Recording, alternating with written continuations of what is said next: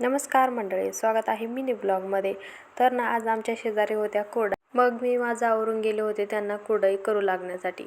तिथे गेल्याच्या नंतर ना त्यांचं छान असं इथे चिक हाटायचं काम चालू होतं. ह्या मावशीने तर चिक हाटलेला होता आणि त्यानंतर ना आजीबाईंनी त्यांच्या हाताने एक छानपैकी असं त्याला चाटू दिला. इथे चिक तर आपला एकदम छान कापसासारखा फुगलेला होता. मग काय, आम्ही 2-3 जणींनी छान अशा ह्या कुरडया घालायला सुरुवात केली आणि चिक तर एकच नंबर झालेला होता बरं का. चिक खायला तुम्हाला आवडतं का कमेंटमध्ये ते पण सांगा.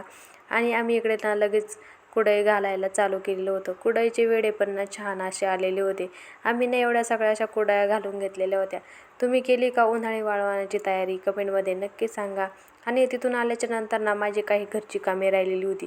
त्यानंतर ना मी तिथून आल्याच्यानंतर स्वयंपाक बनवला. आमच्यासाठी कढी बनवली होती, पण आहोंचे नखरे काय संपतच नाही. त्यांना काय कढी त्यामुळे ना त्यांच्यासाठी इकडे गरमागरम अशी अंड्याची पोळी बनवून घेतली. आणि घरात लहान मुलं असले की घरचे आपले काय मोकळ्या हाताने येत नाही.